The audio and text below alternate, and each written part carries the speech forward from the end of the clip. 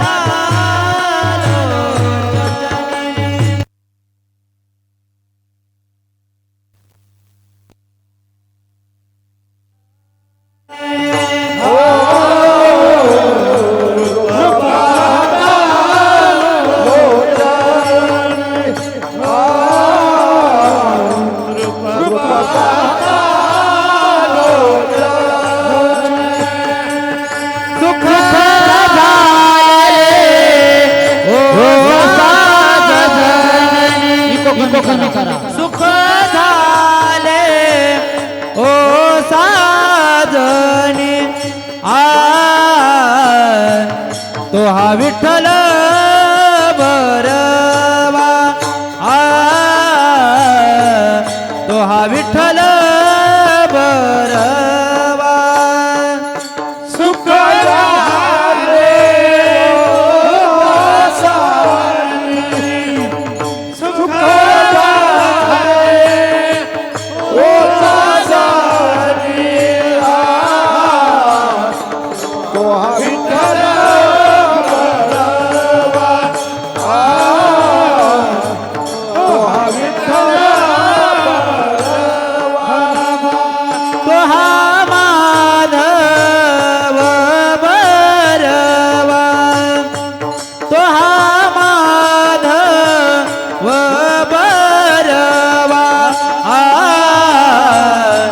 तो हा विठ्ठल बरवा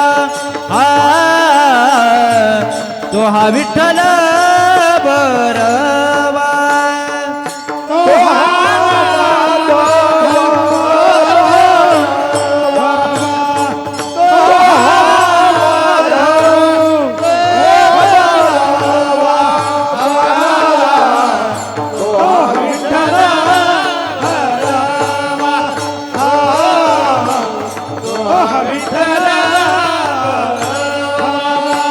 बहुत सुकृताची जोडी बहुत सुकृताची जोडी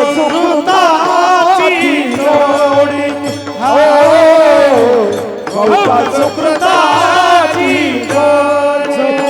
म्हणून विठ्ठली आवडी म्हणून विठ्ठली आवडी तो हा विठ्ठल बरवा तो हा विठ्ठल बरवा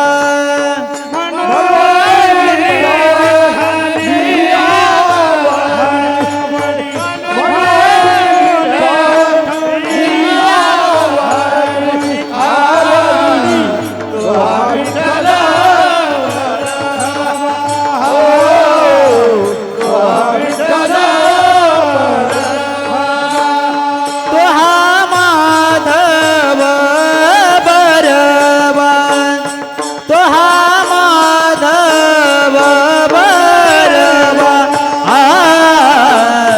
तो हा विठ्ठल बरवा तो हा विठ्ठल बरवा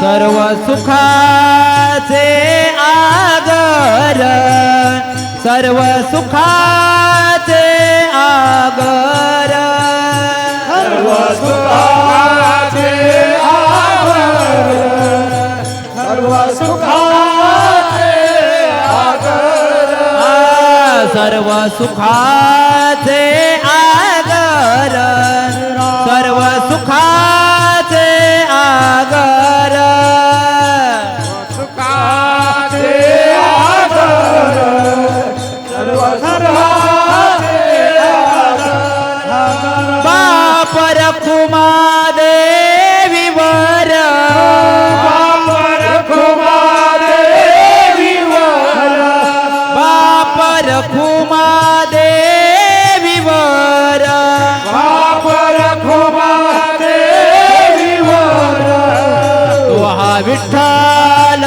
बरवा तो हा विठ्ठल बरवा तो हा विठ्ठल बरवा तो हा विठ्ठल बरवा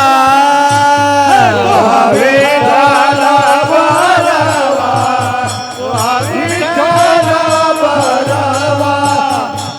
विठ्ठल बरवा विठ्ठल तो हा माधव बरवा तो हा माधव बरवा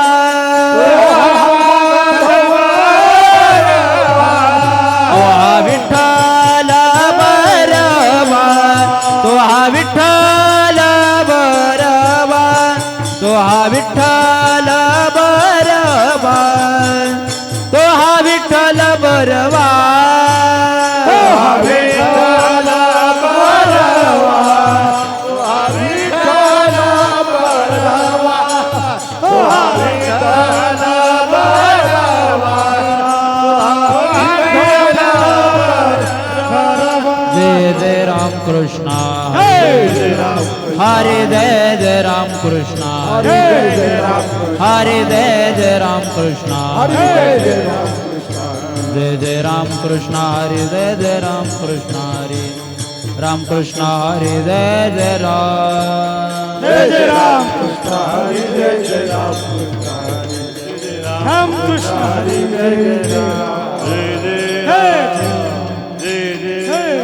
देवोनी जोग देवासाठी देवोनी अवघाची भोग त्यजियला अवघाची भोग त्यजियला अवघाची भोग तेजीला अवघाची भोग तेजीला भोगाची तेजीला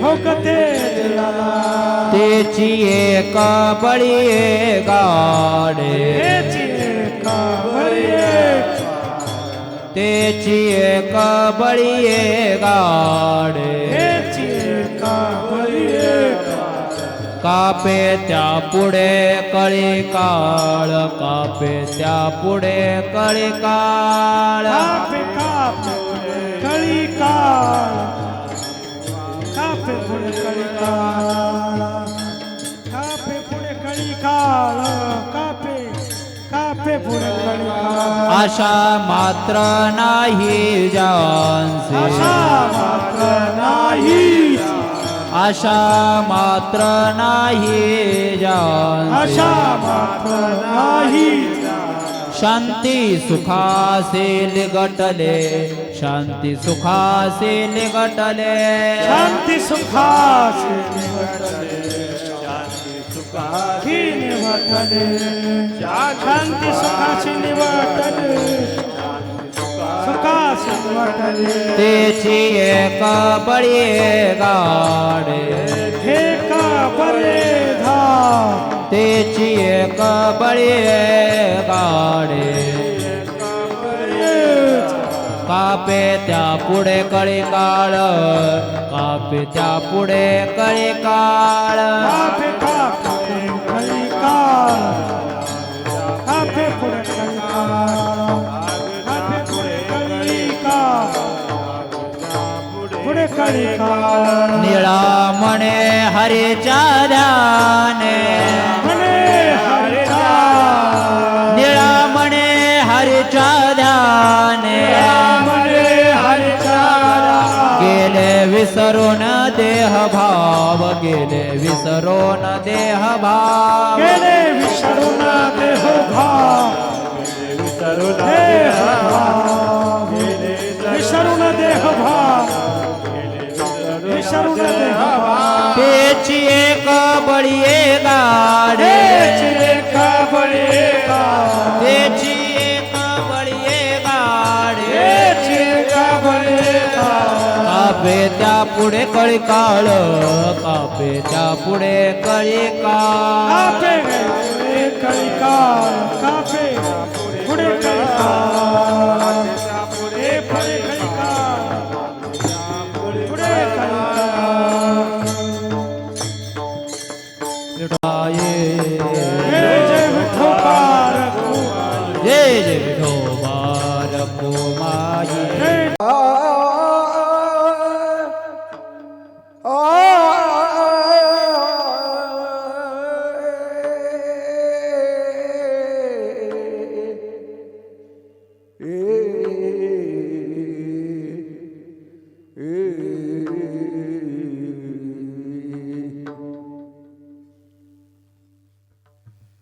देवासाठी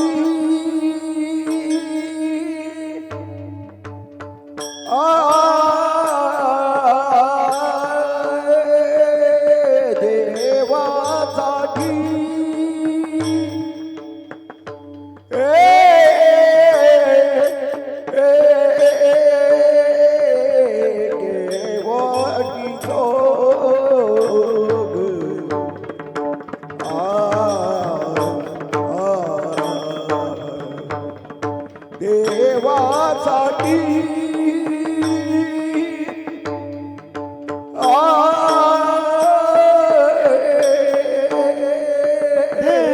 देवासाठी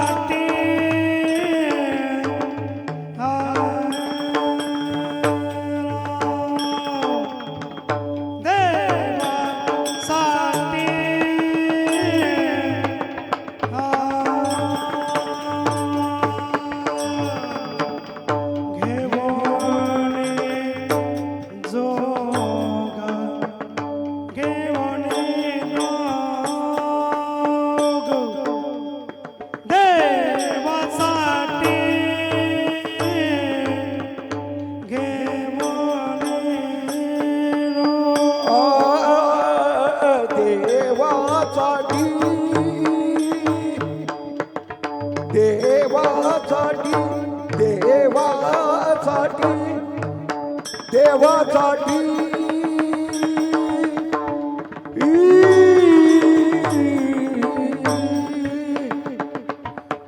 देवासाठी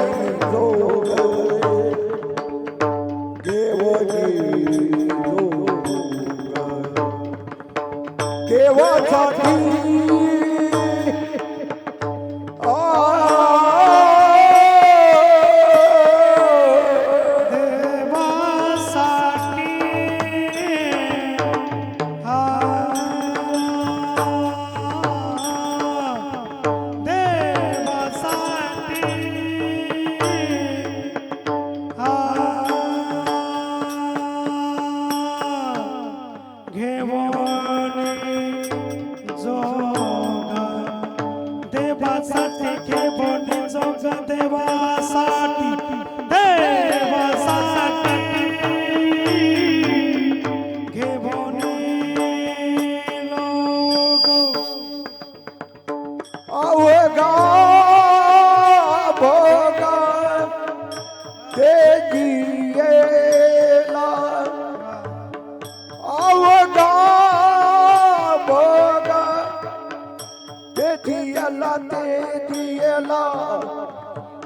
त्याची एका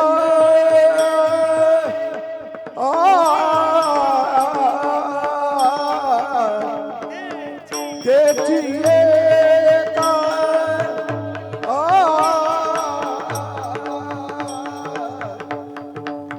बळी काढे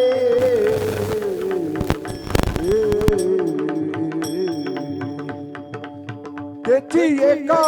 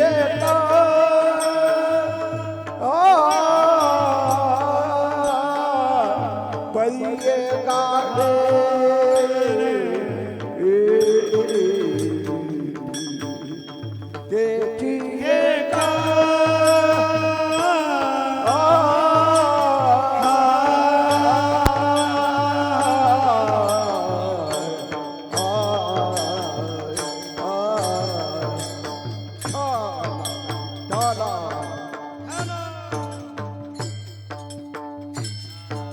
देवासाठी घेऊनी जोग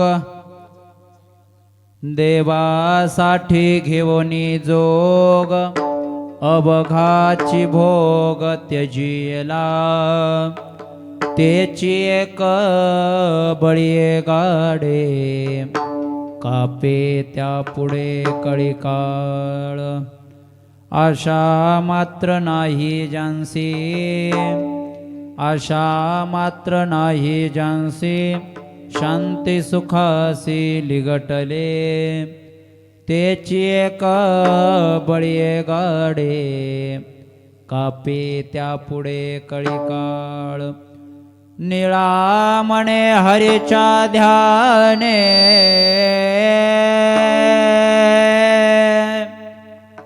निळा म्हणे हरीच्या ध्याने गेले विसरून देह भाव तेची एक बळी गाडे कापे त्या पुढे कळी काळ विठाला विठाला विठाला विठाला विठाला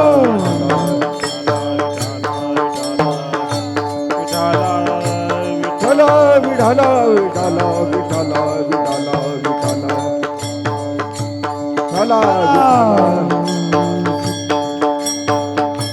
हॅलो विठाला विठाला विठाला विठाला हॅलो हॅलो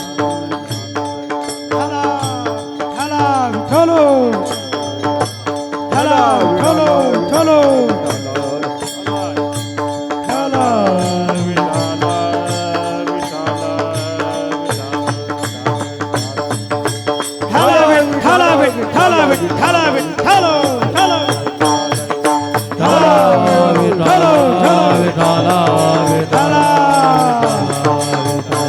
पुंडरी कवरदार विठ्ठल श्री ज्ञानदेव तुकाराम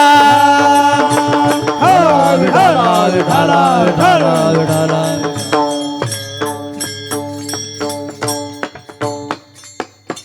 समचरण सरोज सांद्र नीलांबुधाव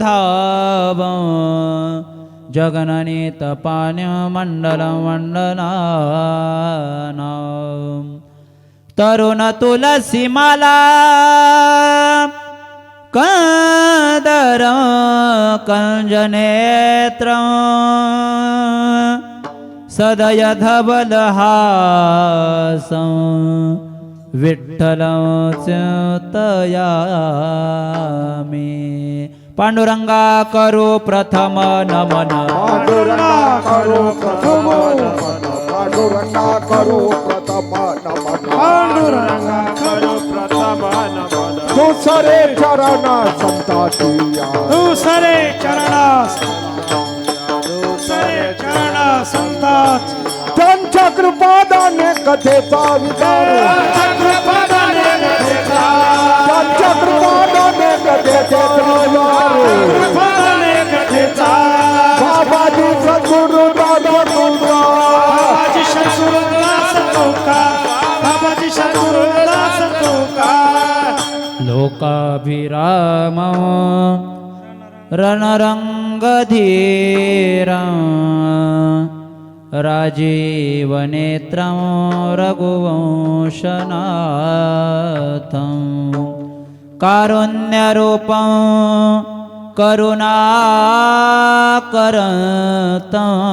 करुणाकरतं श्रीरामचंद्रं शरणं प्रपद्ये शरण शरणजी हनुमंता तुम्हालो रामदूता काय भक्तीच्या त्या वाटा मज दावाव्या सुभटा नमो ज्ञानेश्वरा नमो ज्ञानेश्वरा निवृत्ती उदारा सोपान देवा मुक्ताबाई नमो त्रिभुवन पावनी अद्यत्रय जननी देवाचे नमो सद्गुरु तुकया ज्ञानदीपा नमो सद्गुरु सच्चिदानंद रूपा नमो सद्गुरु भक्त कल्याण मूर्ती नमो सद्गुरु भास्करा पूर्ण कीर्ती देवासाठी घेऊन जोग देवासाठी घेऊनी जोग अवघाची भोग त्यजियला तेची एक बळी गाडे कापे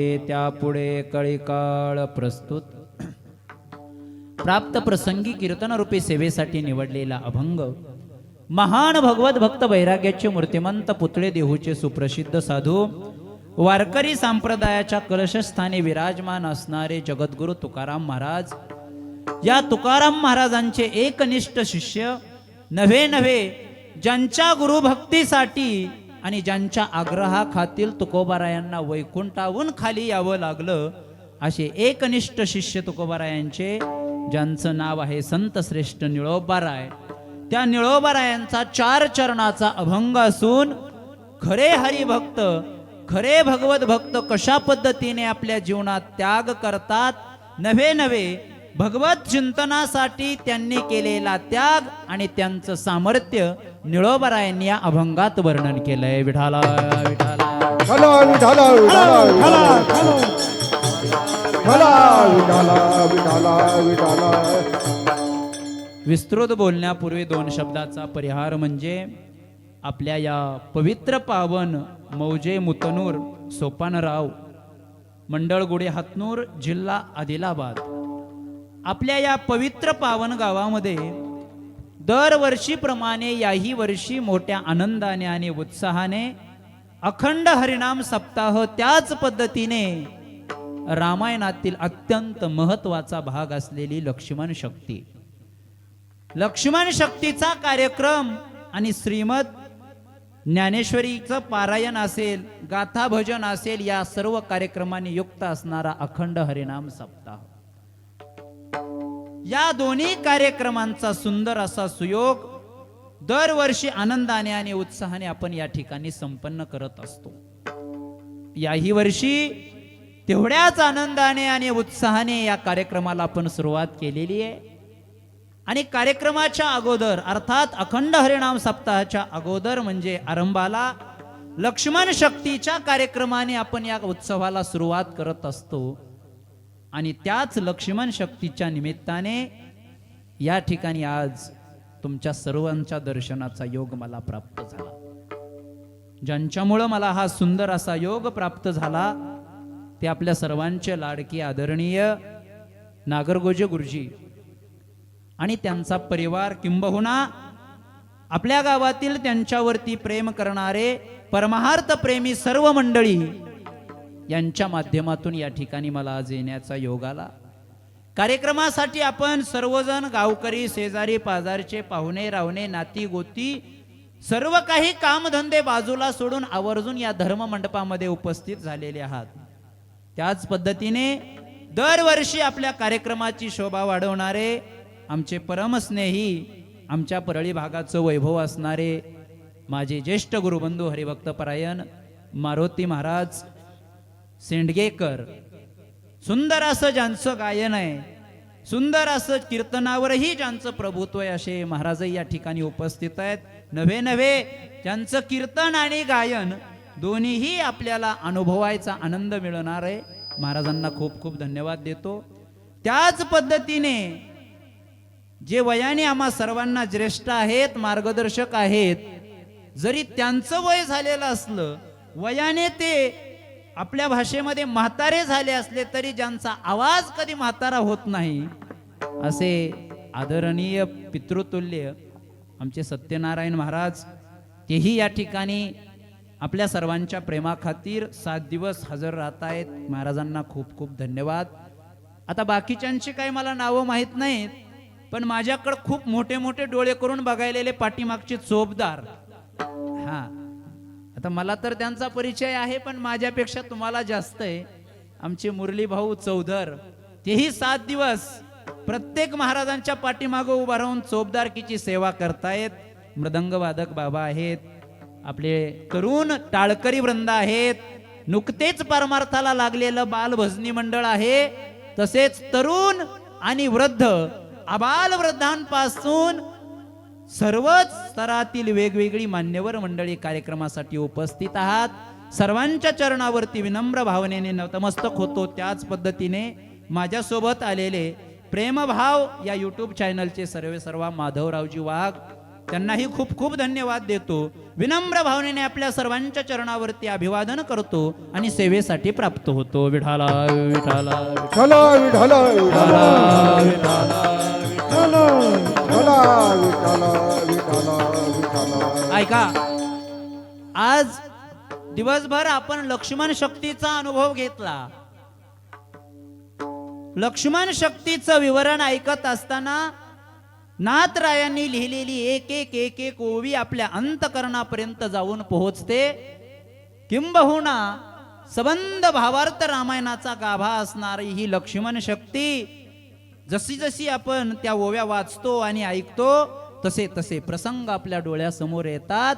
त्या प्रसंगाची अनुभूती दिवसभर आपण सर्वांनी घेतली आणि त्याला अनुसरूनच लक्ष्मण शक्तीच्या निमित्ताने हे कीर्तन असल्यामुळं ज्या रामायणातील लक्ष्मण शक्तीचा अनुभव आपण घेतो, जो कार्यक्रम आनंदात उत्साहात आपण साजरा करतो, त्याच रामायणातील पात्रांचं जीवन जर आपण पाहिलं तर त्यागाने आणि वैराग्यानं भरलेलं आपल्याला पाहायला सापडतं. रामायणातली अनेक पात्र अशी आपल्याला पाहायला सापडतात की त्यांनी आपल्या जीवनामध्ये उच्च कोटीचा त्याग केलेला आहे. भोगाचा त्याग करून वैराग्य धारण केलंय आणि हा त्याग रामायणात अनुभवायला मिळत असल्यामुळं त्या महापुरुषांच्या जीवनातला त्याग, त्यांनी धारण केलेलं वैराग्य हे कशा प्रकारचं आहे आणि त्यांचं सामर्थ्य किती श्रेष्ठ आहे याचंच काहीच विवरण करणारा अभंग निळोबारायांचा मी निवडला आहे. विठाला विठाला विठाला विठाला विठाला विठाला विठाला. ऐका, रामायण जाणकार माणसं आहात आपण. रामायण ऐकतो, रामायण वाचतो, काही मंडळी तर रामायण जगतात सुद्धा. गुरुजी, रामायण म्हणजे काय? लक्ष देऊन ऐका. रामायण म्हणजे सामान्य एखादा पुस्तक नाहीये. रामायण म्हणजे छोटा मोठा एखादा ग्रंथ नाहीये. रामायण म्हणजे फक्त गुंडाळून ठेवण्या इतकी पोथी नाहीये. रामायण काय आहे? तुमच्या आमच्या जीवनाचा चलचित्रपट कसा जगावा याचा दर्पण म्हणजे आरसा तो रामायण आहे. विठाला विठाला विठाला विठाला विठाला.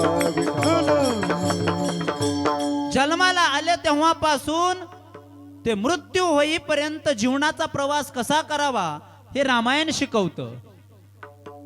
जीवनात वागत असताना, समाजात फिरत असताना कसं वागलं पाहिजे हे रामायण शिकवतं. कुटुंबाचा व्यवहार चालवत असताना, कुटुंबाचा गाडा ओढत असताना कुटुंबात कसं राहिलं पाहिजे हे रामायण शिकवतं. एवढंच काय, थोडस पुढे जाऊन बोलतो, राजकारण कसं करावं हे सुद्धा रामायण शिकवतं. विठाला विठाला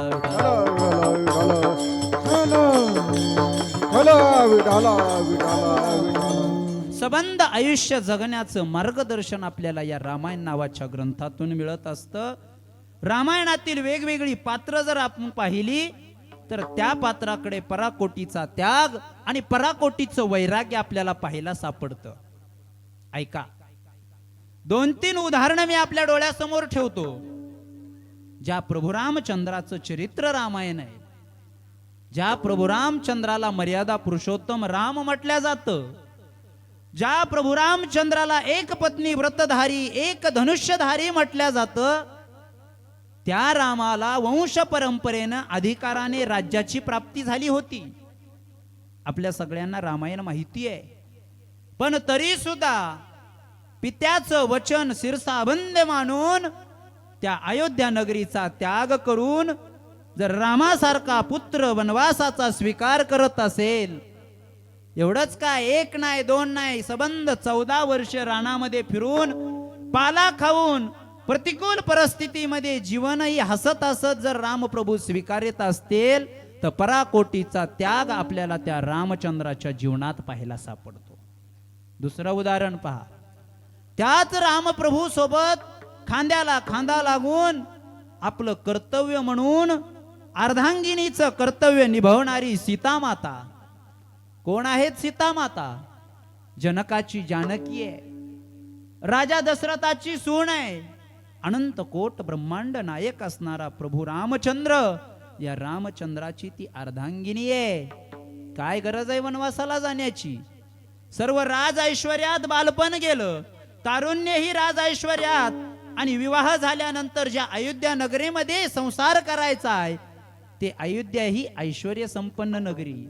पण एवढं संबंध ऐश्वर्य असून सुद्धा माझं कर्तव्य ऐश्वर्य उपभोगणं नाही, तर माझं कर्तव्य माझ्या सौभाग्याची सेवा करणं, माझं कर्तव्य त्याच्या सुखदुःखात सहभागी होणं, माझं कर्तव्य त्याच्या सोबत राहून जमल तशी काया वाचा मनानं त्याच्याच चरणी समर्पित होणं.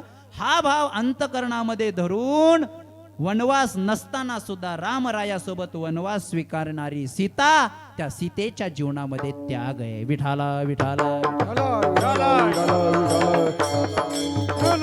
विठाला विठाला हो, रामाला वनवास असून सुद्धा माझ्या दादा सोबत मी असलो पाहिजे. राम प्रभूला वनवास असून सुद्धा माझा मोठा भाऊ या नात्याने त्याची सेवा मला घडली पाहिजे. म्हणून अयोध्या नगरी सोडून आपल्या बंधू समवेत सेवा करण्याच्या भावाने चालणारा लक्ष्मण आपल्याला त्याग शिकवून जातो. रामचंद्राचा त्याग रामायणामध्ये, लखनजीचा त्याग रामायणामध्ये, जानकीचा त्याग सुद्धा पाहायला मिळतो रामायणामध्ये. या तिघांचा त्याग आपल्या स्पष्ट डोळ्यामध्ये येतो. ऐका जरा, वनवासाला गेलेली ही तिघ जण आहेत, त्यांनी त्याग केला. पण या तिघांप्रमाणेच आणखी एक असं पात्र आहे मायबाप, की ज्याचा त्याग असा स्पष्ट डोळ्याने दिसत नाही, पण या तिघांसारखाच त्याने सुद्धा त्याग केला. त्या पात्राचं नाव आहे भरतजी. विठाला विठाला विठाला विठाला विठाला विठाला विठाला. ऐका, आपल्या सगळ्यांना माहिती आहे रामप्रभूचा राज्याभिषेक होणार होता. राज्याभिषेकाची सर्व तयारी झालेली होती, परंतु दुर्दैवाने मंथरेचे काही शब्द ऐकल्यामुळे कैकेयीच्या मनामध्ये विकल्प आला आणि विनाशकाले विपरीत बुद्धी या पद्धतीने राजाकडे राहिलेले 2 वर कैकेयीने मागून घेतले. एका वराने रामाला वनवास आणि दुसऱ्या वराने भरताला राजगादी. ऐका, एका वराने रामाला वनवास घेतला आणि दुसऱ्याने भरताला राजगादी मिळावी वचनाची पूर्ती करण्यासाठी राजाला हो म्हणावं लागलं.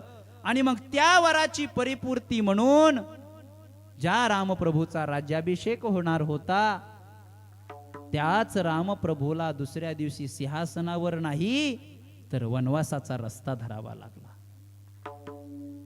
रामरायाला वनवासाला जावं लागतंय, त्याच्या बरोबर जानकी लक्ष्मणजीही वनवासाला निघून जातात आणि आनंदामध्ये सजलेली अयोध्या नगरी क्षणार्धामध्ये दुःखात बुडून जाते.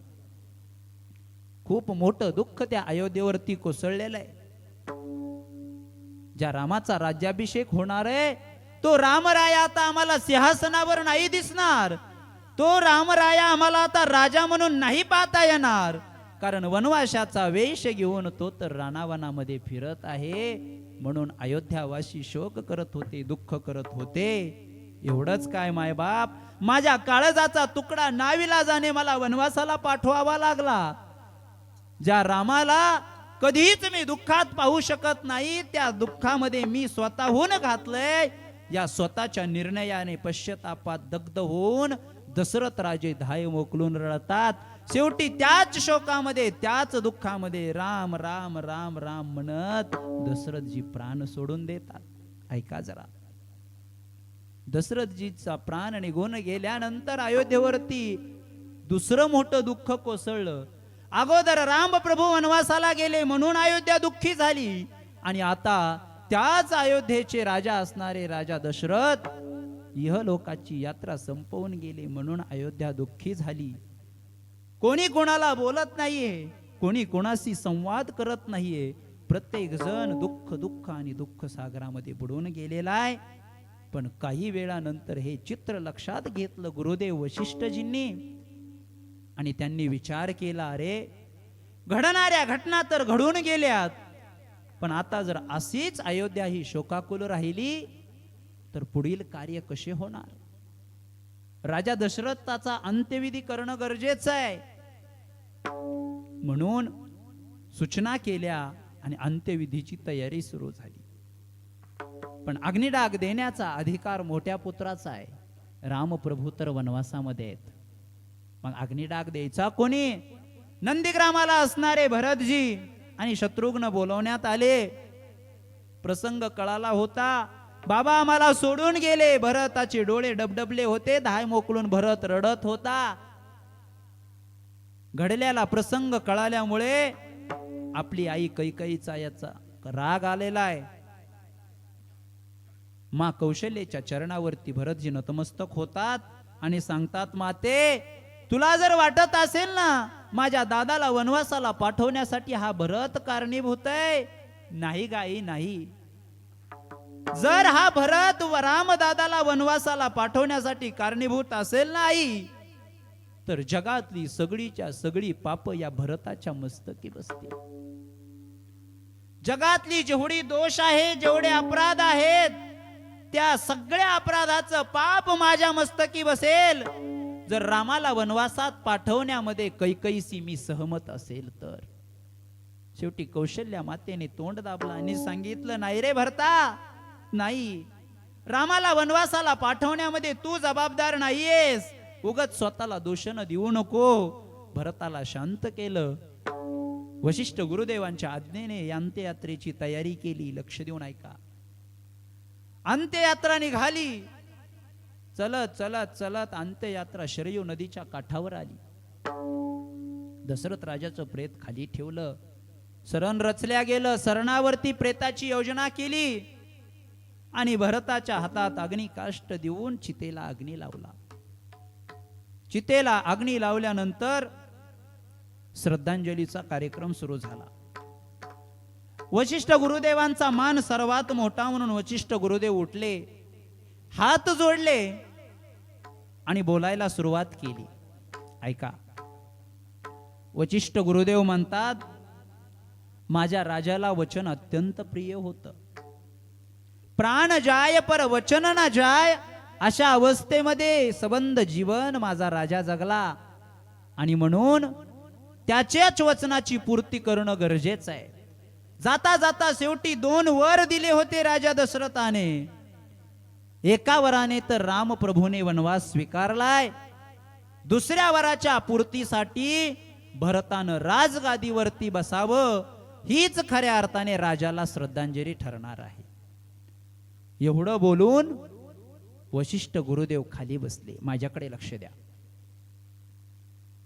वशिष्ठ गुरुदेवांच्या बोलण्याला अनुमोदन देण्यासाठी कौशल्या माता उठल्या, हात जोडले आणि कौशल्या मातेनं सांगितलं, आता जे गुरुदेव बोलले या बोलण्याला माझं अनुमोदन आहे. कारण एका वराच्या पूर्तीसाठी माझ्या रामाने वनवास स्वीकारला, दुसऱ्या वराच्या पूर्तीसाठी भरतानं राजगादी स्वीकारली पाहिजे. ऐका मायबाप. दोघांचं बोलणं झालं. दोघही खाली बसल्यानंतर रागाने डोळे लाल झालेला भरत रडत रडत उभा राहिला आणि वशिष्ठ गुरुदेवांच्या जवळ जाऊन बोलायला सुरुवात केली भरतजीने. गुरुदेव, कुठली नीती सांगताय तुम्ही? कुठला धर्म सांगताय तुम्ही?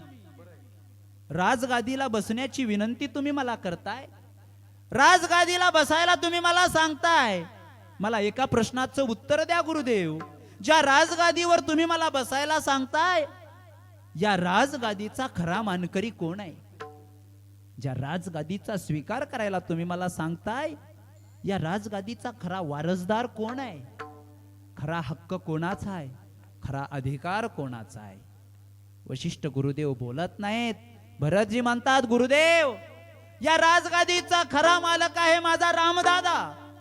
या राजगादीचा हक्क आहे माझ्या रामदादाचा. ही राजगादी खऱ्या अर्थाने शोभून दिसणार आहे माझ्या रामदादाला. आणि जर याचा खरा अधिकारी जर रामदादा असेल, तर हा भरत हव्यासा पोटी भोगा पोटी या राजगादीचा कधीच स्वीकार करणार नाही. ज्या रामदादाचा अधिकार या गादीवर आहे, त्याच रामदादाच्या चरणावर लोटांगण घालण्यासाठी हा भरत जाईल, पण राजगादीचा स्वीकार करणार नाही असं म्हणून भरतजी निघाले. मायबाप चतुरंगी सैना घेतली. मनामध्ये एकच इच्छा होती, जिथं कुठं माझा रामदादा असेल, जिथं लखनजी जानकी मैया असतील, त्याच ठिकाणी मला जायचंय, त्यांचीच भेट मला घ्यायची आहे. रडत रडत भरतजी निघालेले आहेत. डोळ्यात अश्रूच्या धारा आहेत. अंतकरणामध्ये प्रभू रामचंद्राची प्रतिमा आहे आणि मुखामध्ये त्याच प्रभू रामचंद्राचं चिंतन आहे. श्रीराम जय राम, जय जय राम. श्रीराम जय राम, जय जय राम. श्रीराम जय राम, जय जय राम. श्रीराम जय राम, जय जय राम. श्रीराम जय राम, जय जय राम. श्रीराम जय राम, जय जय राम. श्रीराम जय राम, जय जय राम. श्रीराम जय राम, जय जय राम. श्रीराम जय राम, जय जय राम. श्रीराम जय राम, जय जय राम. डोळ्यात अश्रूच्या धारा थांबायचं नाव घेत नाहीयेत. अनवानी पायाने चतुरंगी सैना घेऊन भरतजी निघालेले आहेत. मजल दर मजल करत, मुक्काम दर मुक्काम करत करत राणावनामध्ये फिरत आहेत. ऐका जरा, हाच राणावनातला प्रवास चालू असताना करता करता करता भरतजी प्रयागराज नावाच्या तीर्थक्षेत्रावरती आले. लक्ष देऊन ऐका. पवित्र अशा प्रयागराज तीर्थाचं स्नान केलं, दंडवत प्रणिपात केला. विनम्र भावनेने नतमस्तक झालेले भरत प्रयाग तीर्थाने पाहिलंय आणि आनंद वाटला. ते प्रयागराज भरताला बोलतात, भरतजी तुमच्या जीवनातला त्याग आणि तुमच्या जीवनातली राम भक्ती पाहून हे प्रयागराज क्षेत्र तुमच्यावरती प्रसन्न आहे. सांगा तुम्हाला काय हवंय, कुठलाही मागणी मागा, ती मागणी हा प्रयागराज पूर्ण करण्यासाठी तयार आहे. प्रयागराज मागण्याची विनंती करतायत मायबाप, पण भरतजी मागत नाहीत. शेवटी स्वतःहून आपण काहीतरी द्यावं म्हणून प्रयागराज म्हणतात, भरतजी जीवन माणसं संपवून टाकतात एखादा पुरुषार्थ मिळवण्यासाठी. धर्म, अर्थ, काम, मोक्ष या पुरुषार्थाची प्राप्ती करण्यासाठी जीवाचं रान प्रत्येक जण करतो. त्या पुरुषार्थापैकी कुठला पुरुषार्थ मी तुम्हाला देऊ का? धर्म नावाचा पुरुषार्थ देऊ का? अर्थ नावाचा पुरुषार्थ देऊ का? काम देऊ का? मोक्ष देऊ का? चारही पुरुषार्थ मी तुम्हाला देऊ? सांगा भरतजी. आता मात्र भरतजीने वरमान केली आणि नम्र भावनेने सांगायला सुरुवात केलं, प्रयागराज मला कसलीही अपेक्षा नाहीये, मला काहीही नकोय. प्रयागराज म्हणतात, धर्म, अर्थ, काम, मोक्ष काहीतरी मागा. आणि मग भरतजींनी काढलेले शब्द ऐका. प्रयागराज क्षेत्राला भरतजी सांगतात, प्रयागराज ज्या धर्मामुळे माझ्या रामदादाला वनवासाला जावं लागलं तो धर्म मला मान्य नाही. ज्या कामाच्या पायी माझा बाप गेला तो काम मला मान्य नाही. ज्या अर्थामुळे अयोध्येमध्ये अनेक अनर्थ घडले तो अर्थ सुद्धा मला मान्य नाही. आणि ज्या मोक्षामध्ये भक्ती सुखाचा आनंद नाही तो मोक्ष सुद्धा मला मान्य नाही. चारीचाही नकार दर्शवल्यानंतर प्रयागराज म्हणतात, धर्म नको, अर्थ नको, काम नको, मोक्ष नको, मग तुम्हाला हवं तरी काय आहे? भरताने दिलेलं उत्तर ऐका मायबाप. तुलसी रामायणामध्ये वर्णन आहे, अर्थ न धर्म न काम रुची गती न चहू निर्वाण. अर्थ न धर्म न काम रुची गती न चहू निर्वाण. जन्म जन्म रति राम पद यही वरदान न आन. सियावर रामचंद्र की जय, उमापति महादेव की जय, पवन सुत हनुमान की जय, बोलो रे भाई सब संतन की जय. अर्थन धर्मन काम रुचि गतीन चहू निर्वाण जन्म जन्म रती राम पद घडावं नव्हे नव्हे त्या प्रभू रामचंद्राची सेवा त्या प्रभू रामचंद्राचं चिंतन घडावं म्हणून तर या भरताने अयोध्येचा त्याग केला म्हणून तर या भरताने राज ऐश्वर्याचा त्याग केला म्हणून तर धर्म अर्थ मोक्ष आणि कामाचा सुद्धा त्याग केला प्रयागराज या भरताच्या जीवनातला जो जो काही त्याग आहे तो त्याग कुठल्या स्वार्थासाठी नाही कुठल्या दुसऱ्या कामासाठी नाही हो तो त्याग फक्त आणि फक्त माझ्या देवासाठी आहे माझ्या रामासाठी आहे ज्याचंच वर्णन केलंय निळोबरायांनी अभंगाच्या पहिल्या देवासाठी घेवोनी भोग जोग जोग देवासाठी घेवोनी भोग जोग देवासाठी घेवोनी भोग देवासाठी घेवोनी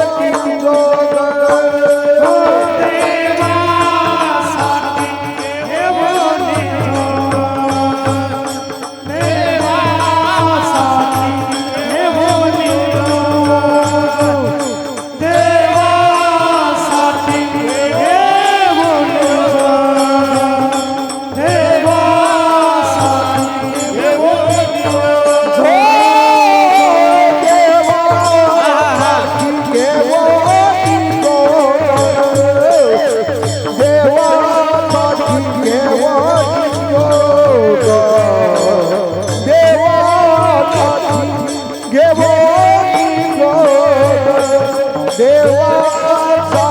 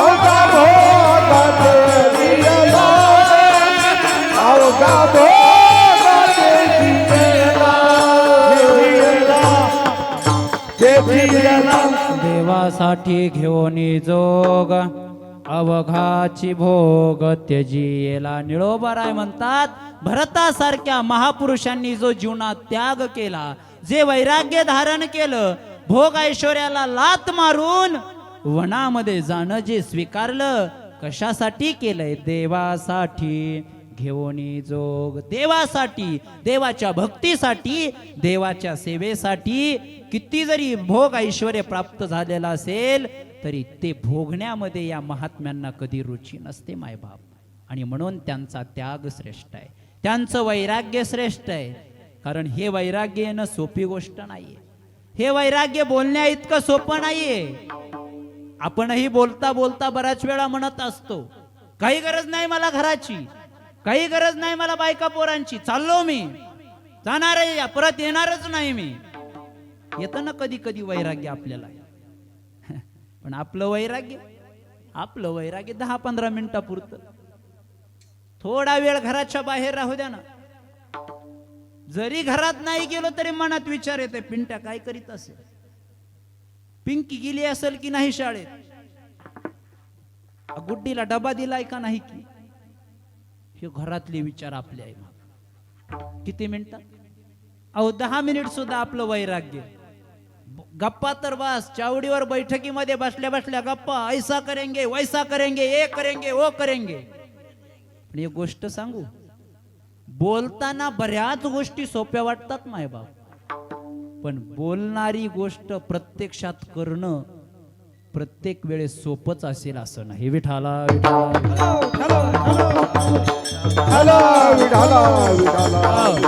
मराठीमध्ये आपण म्हणत असतो, बोल बोलता वाटे सोपे आणि करणी करता.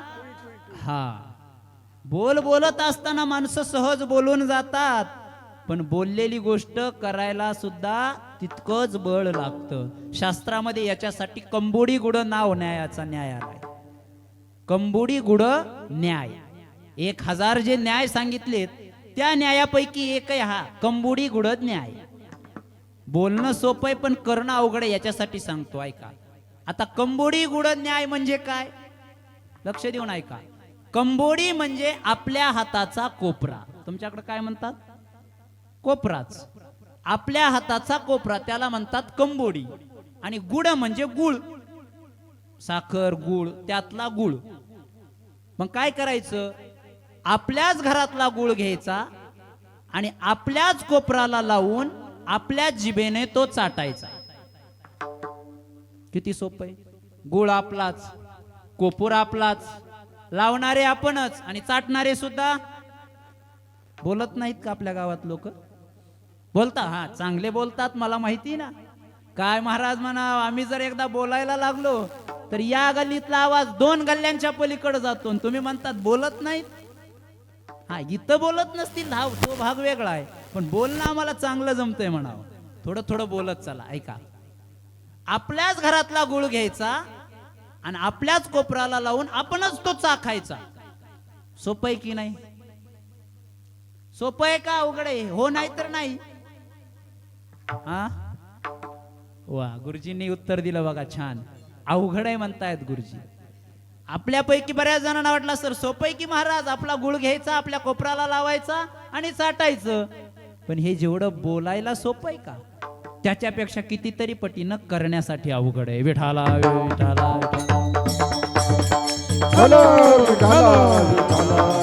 आता इथं एकमेकांच्या कोपराकडे बघू नका. घरी गेल्यानंतर निवांत कधीतरी प्रयोग करून बघा.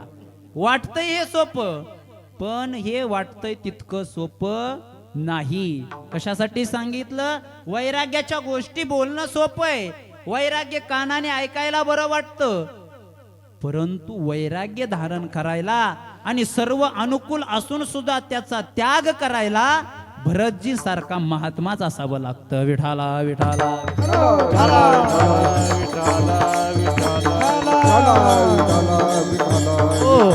आणि मग ज्या ज्या महापुरुषांना हा त्याग संभवला, ज्या ज्या महापुरुषांच्या जीवनामध्ये हा त्याग दिसला, त्या त्या प्रत्येक महापुरुषांबद्दल निळोबाराय म्हणतात, अरे यांनी केलेला त्याग काही उगाच केलेला नाही, यांचा त्याग काही स्वार्थापोटी नाही. कशासाठी केलाय, देवासाठी घेऊनी जोग. आणि मग देवासाठी असल्यामुळं जे जे काही भोग त्यांना प्राप्त झाले ते त्या भोगाचा त्याग त्यांनी केला. अवघाची भोग ते जियला.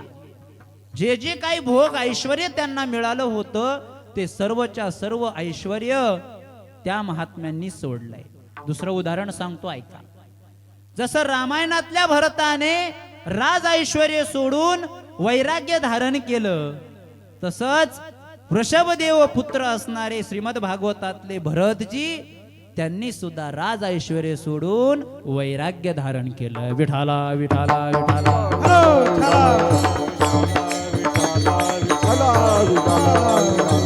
ऐका, जसं सर्व गुण संपन्नता राजा भरताला प्राप्त झाली होती रामायणामध्ये, तसंच ऐश्वर्य श्रीमद भागवतातल्या भरताला सुद्धा प्राप्त झालेलं होतं. एका भरताबद्दल बोललो, आता दुसऱ्या भरताबद्दल बोलतो. ऐका, कुठल्याच गोष्टीची कमतरता त्या वृषभदेवाच्या पुत्राकडे नव्हती.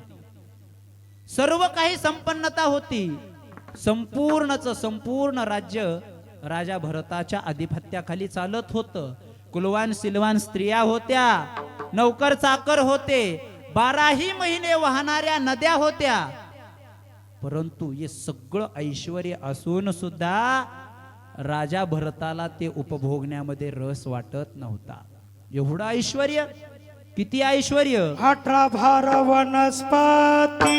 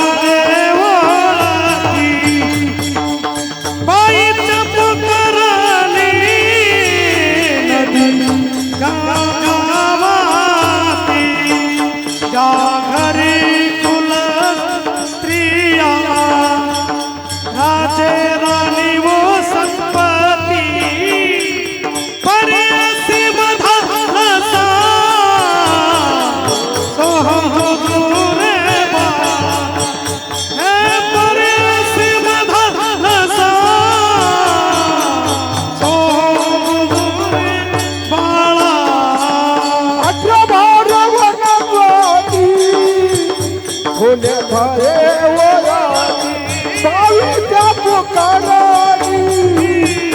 नदी गंगा वाहती जगरी गुलंद्रिया राजा राणी वनपाती ये झुका साडोनिया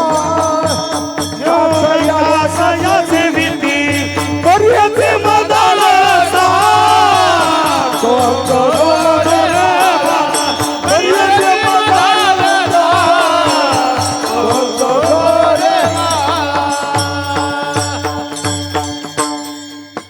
अठरा भार वनस्पती फळे फुले ओळती 22 त्या पोखरणे नदी गंगा वाहती ज्या घरी कुल स्त्रिया राज्य राणी व संपत्ती हे सुख सांडोनिया कासया योग सेविती. मदालसा माता त्या छोट्याशा बाळाला पाळण्यामध्ये टाकून झोके देत देत हा महत्वपूर्ण उपदेश करते. बाळा, अरे लक्षात ठेव, किती जरी ऐश्वर्य असलं, भोगाची अनुकूलता असली, तरी सुद्धा खरा सत्पुरुष या भोगामध्ये अडकत नाही रे. हे सर्वस्व सोडून योग्यासारखं जीवन जगण्यासाठी रानावनामध्ये जातो. विठाला विठाला विठाला. चलो चलो चला. भला विठाला हो, राजा भरताच्या जीवनामध्ये तेच आहे मायबाप. 18 भार वनस्पती फळे फुले वलती हे वर्णन वृषभदेवाचा पुत्र असणाऱ्या भरतजींच्या जीवनाला लागू होत. सर्व काही गोष्टीची अनुकूलता आहे, ही गोष्ट नाही असं काहीच नाहीये. पण तरी सुद्धा भरताने ओळखलं, अरे या भोग ऐश्वर्यामध्ये जर गुरफटून मी राहिलो, याचाच उपभोग घेण्यामध्ये जर मी माझं जीवन घालवलं, तर एक दिवस तो यम येईल, माझे प्राण हरण करील आणि शेवटी मला पतनाला जावं लागेल. लक्षात घेतलं आणि सर्व काही गोष्टीची अनुकूलता असून सुद्धा सर्वस्वाचा त्याग करून राजा वनात गेला. गंमत आहे की नाही? अहो, सर्व गोष्टीची अनुकूलता आहे, निसर्गाचं सुद्धा वरदान लाभलेलं राज्य आहे, सगळ्या काही गोष्टी आहेत. पण तरी सुद्धा जर त्या भरताला वैराग्य निर्माण होत असेल, तर ही खूप मोठी आश्चर्याची गोष्ट आहे. तुम्हा आम्हाला आश्चर्य वाटेल, नवल नाही. संत श्रेष्ठ एकनाथ महाराजांना सुद्धा या भरताचं नवल वाटलं. नाथ महाराज म्हणतात, एवढं सर्व असून जर भरतासारख्याला त्याग घडत असेल, ची आराधना करू लागला.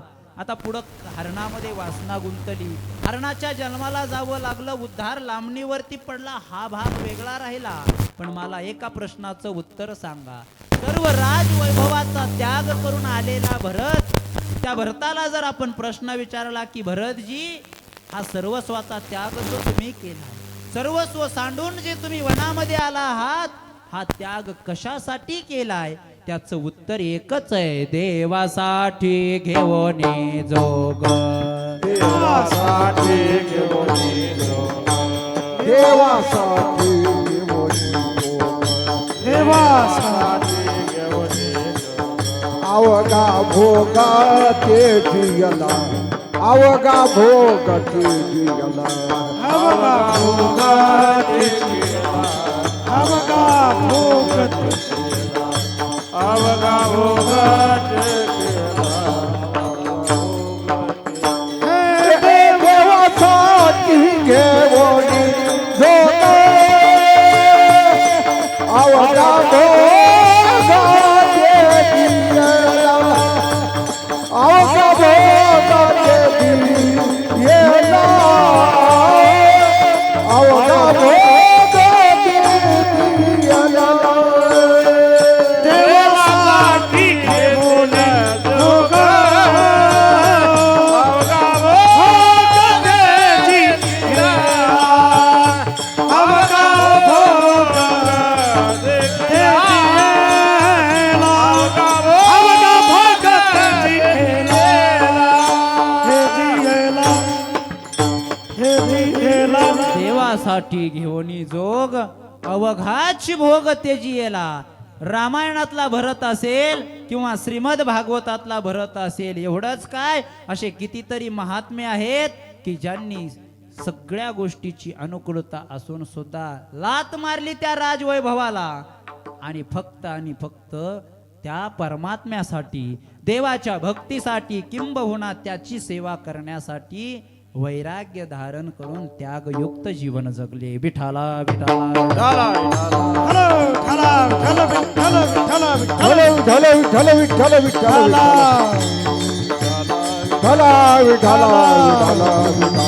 हो, आणि म्हणून निळोबाराय म्हणतात, हा त्याग फक्त त्याच हरिभक्तांना घडू शकतो ज्यांनी आपलं जीवन देवासाठी समर्पित केलंय, देवाच्या भक्तीसाठी ज्यांनी स्वतःला वाहून घेतलंय, त्यांनाच हे वैराग्य येऊ शकतं. तेच सर्वस्वाचा त्याग करून देवासाठी वैराग्ययुक्त जीवन जगू शकतात. अर्थात त्यांचं जीवन वैराग्याने भरपूर असतं. मग एवढंच आहे का त्यांच्या जीवनात फक्त वैराग्य आहे, एवढीच थोरवी आहे का त्यांची? निळोबारायांनी त्यांचं अनेक एक वैशिष्ट्य सांगितलं अभंगाच्या दुसऱ्या चरणात. त्याची एका भली त्याची एका भली त्याची एका भली त्याची एका भली